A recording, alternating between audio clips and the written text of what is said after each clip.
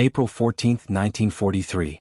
The destroyer USS Laffey rode low in a bruised swell off the western approaches to Guadalcanal, salt spray stinging the blackout-painted steel, wind keening through the rigging like a shipboard whisper.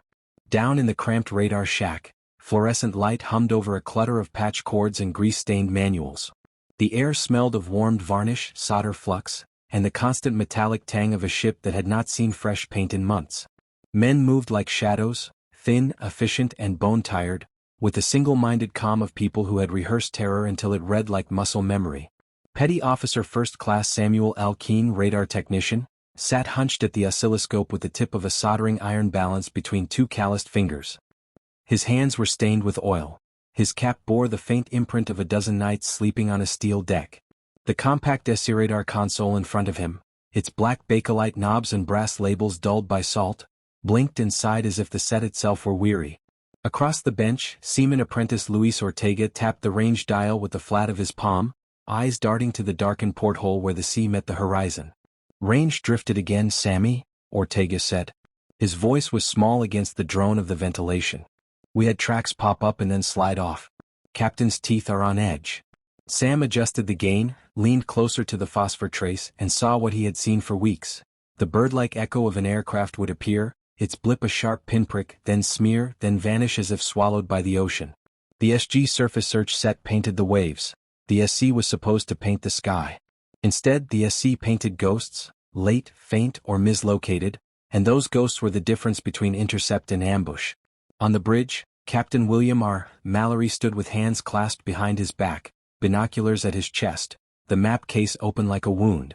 He'd spent the last fortnight pleading with the fleet's radio rooms, requisitioning spare vacuum tubes, and sending down terse, sea-stiff directives. "Fix the radar. Fix it now." His voice carried the brittle authority of a man who had learned that in the Pacific hours mattered more than plans.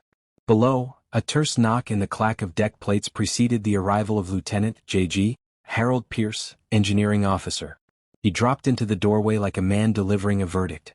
"Sam," Pierce said without preamble, voice low.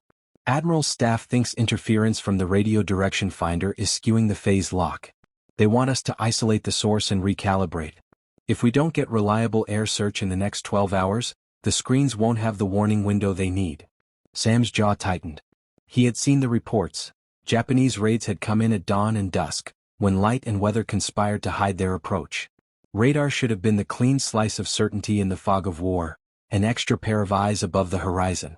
But the set's returns were unreliable and ships had been surprised. "Phase lock," Sam murmured, fingers already sweeping across the bench for a duplexer spanner. "All right.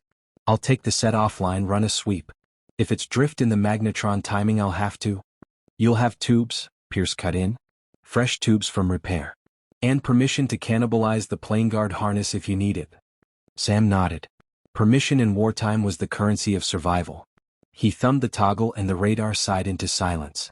For a moment the only sound in the shack was the ship, a living being with its own breathing, the hull settling on a wave, the ping of gear and chain through the metal bones. He worked by feel, a frayed coax here, a grounding strap that had rusted through there, connectors with salt crust that interrupted delicate phase relationships. He fed a test signal into the receiver and watched the display. A steady carrier. Cling. Then he introduced a simulated echo and watched the system's timing jitter by a few microseconds. Enough to throw an aircraft's calculated position miles off at the ranges they were monitoring. Outside, the night tightened like a curtain. On the foredeck, lookouts hunched under their oilskins, eyes scanning, ears straining. Below decks, radiomen adjusted the broadcasting schedule to minimize interference. The captain paced. The crew, already living with rationed sleep and stretched nerves, understood the stakes. An hour's warning could mean the difference between assembling fighters and scrambling amid burning decks. Sam traced the signal path back through the receiver. He called for a voltmeter, then a signal generator, then a borrowed spare magnetron from the auxiliary room, old, heavy, humming with latent miscalibration. He prodded at the frequency discriminator and found a telltale wobble in the local oscillator's phase. The SC's oscillators were nominally stable, but the ship's new long-range radio, installed hurriedly in a recent refit, was coupling energy into the mast and modulating the timing circuit. The result, the radar's transmitted pulse and its received echo were drifting relative to each other, an insidious, intermittent timing error that made angels of planes into demons of doubt. "You see that?" Seaman Ortega whispered, watching the jitter jump on the screen. The bench light limned his face with a ghostly glow. Sam's mind leapt ahead. This was not a simple component swap. The system needed isolation, a way to hold the timing constant regardless of stray currents riding the mast. He imagined for a beat the admiral at his charts, the flotilla out beyond, aircraft climbing unseen. He thought of the lookouts and of the inadequate warning times the fleet had been getting. His fingers tightened on the soldering iron until the knuckle whitened. "We'll need a phase-stable reference," he said. "And a choke on the mast feed. If I can reroute the RF return and add a neutralizing network to keep the local oscillator anchored, the timing won't wander." Pierce's eyes narrowed. "You think you can rig that here?" Sam looked at the cramped override, at the limited stock of components, at the night pressing in. Engineers in wartime were half devils and half angelic pragmatists. They fixed what was breakable with what they had. "I can make the timing hold," he said. "I can make the set speak the same language every time it sends a pulse. It'll give the commanders back those hours they keep losing." Outside, a plane sighed somewhere far off, invisible against black waves. Inside the shack, with the ship's metal creaks and the smell of flux, Sam bent low to work on a schematic spread like a map of the ship's nervous system. He began to solder, to splice, to rewire, each decision carrying the weight of men in the dark waiting to know whether the sky would give them a warning this time. The clock on the bulkhead ticked past midnight, but time was fluid in the radar shack. Outside, the sea rolled like molten iron under the dim stars, each wave a reminder of how isolated they were, miles from reinforcements, surrounded by the uncertainty of enemy air patrols. Sam Keene wiped sweat and salt from his brow as the solder smoke curled upward, carrying with it the acrid bite of flux. The SC radar console now sat partially disassembled, its heart, the magnetron and timing circuits, exposed like the open chest of a machine waiting for repair. Ortega hovered, holding flashlights in shifting angles so Sam could see the faint traces of microcracks in insulation, the tiny corrosion spots threatening to short a crucial connection. "I've never seen it drift this much," Ortega muttered, voice low, as if the equipment itself might overhear. Sam nodded without looking up. "This isn't random. It's the ship's radio interfering. But it's subtle. We're talking microseconds, Luis. That's enough to turn a blip into nothingness or misplace it miles away." He traced the coaxial feed with gloved fingers, muttering the frequencies and phase relationships aloud. The challenge wasn't just repair, it was prediction. He had to imagine the radar pulse as it left the antenna, the way the electrical wave moved through circuits, bounced back from invisible planes miles high, and returned as a faint echo that the system misread. One misaligned timing node, one phase shift, and an approaching Japanese bomber could appear an hour too late, or vanish entirely from the scope. With careful hands, Sam began installing a neutralizing network he had improvised, a delicate mesh of resistors and chokes, soldered to stabilize the local oscillator against stray RF currents. Each component placement felt like a note in a symphony that only he could hear. Ortega fed him tubes and spare capacitors, the small team working in near silence except for the hum of the ship's engines and the occasional ping from the sonar below. Hours passed like minutes. The radar's blip jittered less with each adjustment, until finally Sam leaned back, exhausted, and watched the scope. The green phosphor line held steady. A test pulse bounced back with crisp clarity, its echo appearing exactly where predicted, with no smear, no lag. It was a simple, almost poetic solution, a single change in circuitry that let the machine finally see as it should. Lieutenant Pierce re-entered the shack, drawn by the faint relief in Sam's posture. "What do you have?" he asked. "A phase-stable radar," Sam said, voice hoarse. "She'll give warning exactly when she should. Those early warning hours we lost, we get them back." Outside, the first hint of dawn lightened the horizon. In the eerie gray, lookouts squinted toward the skies, unaware that the invisible barrier of electrons above them had been tamed. The destroyer rolled gently, a sentinel in the Pacific, now armed not just with guns and steel, but with the gift of sight. Captain Mallory came down to inspect the work. He peered at the reassembled SC console, his face unreadable for a long moment. Then he nodded, a flicker of approval breaking through the tension. "Good work," he said. This might change everything." Sam allowed himself a brief exhale. He knew this fix wasn't just about circuits or machines, it was about lives. Early detection meant U.S. aircraft could be vectored in time, convoys could maneuver safely, and ships could survive raids that might otherwise have been devastating. His hands were black with grime, but for the first time in weeks, The radar pulse on the scope held steady, unwavering, a silent promise to every sailor on deck. By noon, the first test under operational conditions confirmed it. The SC radar locked onto a reconnaissance aircraft over 30 miles out, the blip sharp, unwavering and early. Captain Mallory ordered immediate reports to the fleet command. The glitch was solved. The fix would ripple across the Pacific Fleet, a small change with immense consequences. And somewhere in the restless Pacific, beyond islands and reefs, Japanese pilots unknowingly flew into a world now a little less blind. A world where one American engineer's determination had bought hours of warning, and possibly countless lives. April 15, 1943. Dawn crept over Guadalcanal, spilling gold across the choppy waters and illuminating the battle-scarred beaches where the smell of salt and cordite lingered.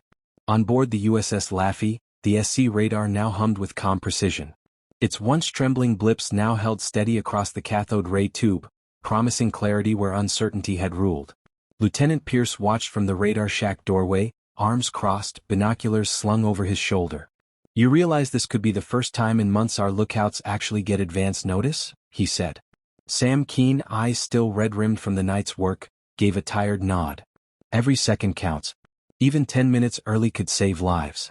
Now we might actually have a fighting chance before the sky is full of enemy aircraft." The first test under operational conditions came sooner than expected. At 0620 hours, the radar scope caught movement, a formation of twin-engine Japanese bombers threading through the low clouds 35 miles out. The blips were sharp and unmistakable, each plane accounted for with exacting precision. Sam's adjustments had worked. On the bridge, Captain Mallory barked orders with newfound confidence. "All stations, battle stations. Fighters to CAP positions. Bring the AA batteries online." The crew moved with the urgent precision of men trained to act on split-second warning, now armed with the clarity the radar provided. Minutes later, U.S. fighters, vectored by the accurate radar tracks, intercepted the incoming raid.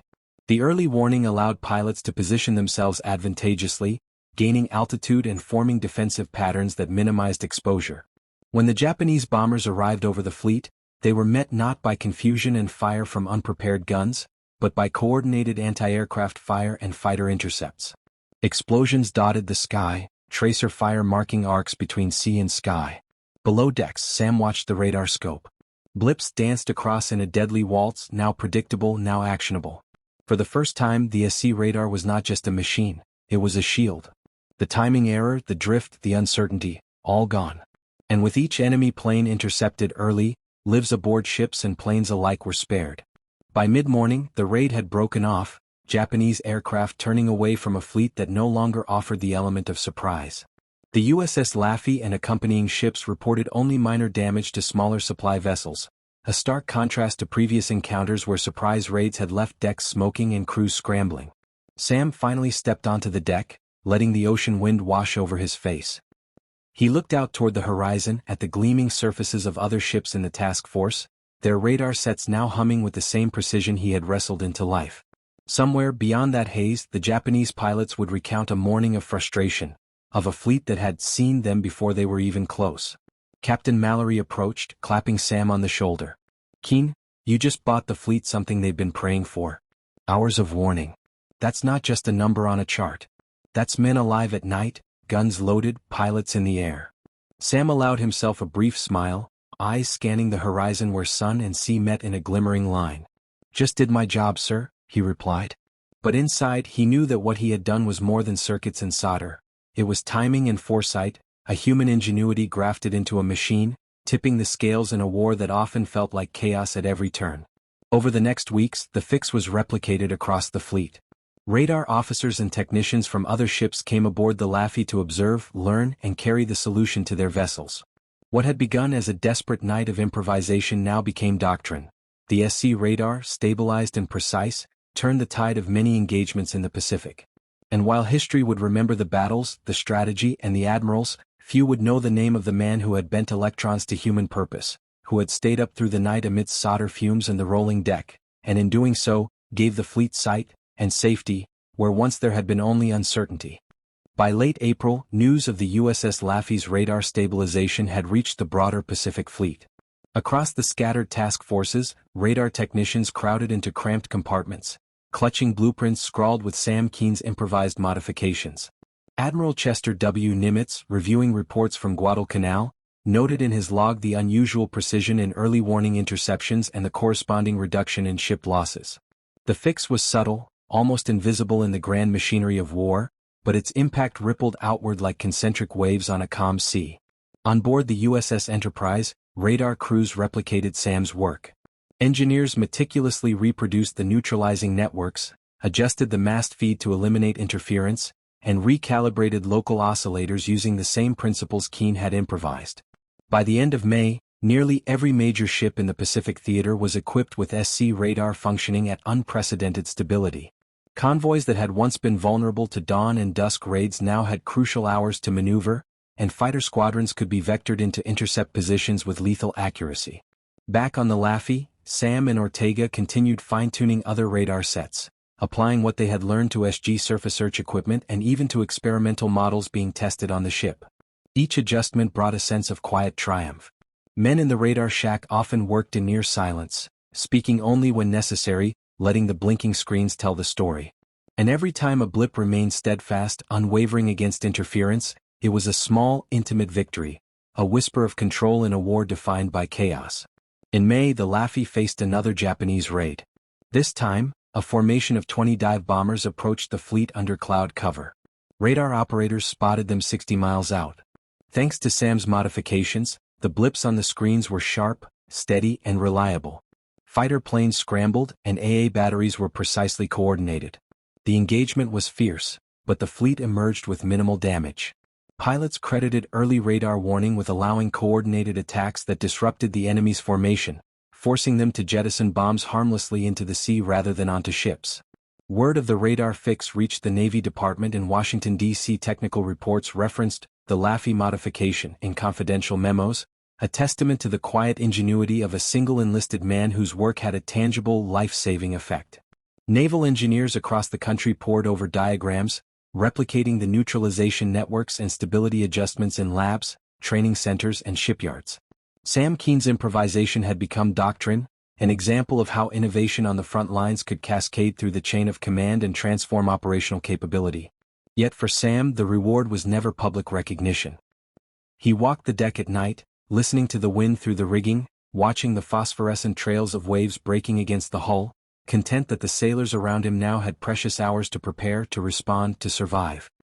He knew that for every life saved, for every bomber intercepted in time, there were men whose gratitude would never reach him, but that was the nature of duty. He had given the fleet its eyes back. In June, the Laffey's radar demonstration was used during fleet exercises near the Solomons. Admirals, captains, and radar officers watched as the SC radar detected simulated threats far earlier than before.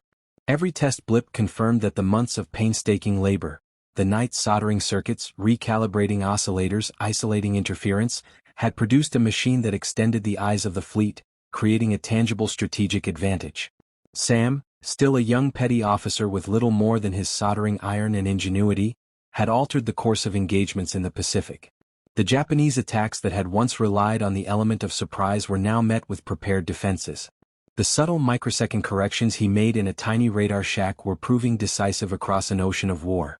By the summer of 1943, the effects of Sam Keene's work were unmistakable.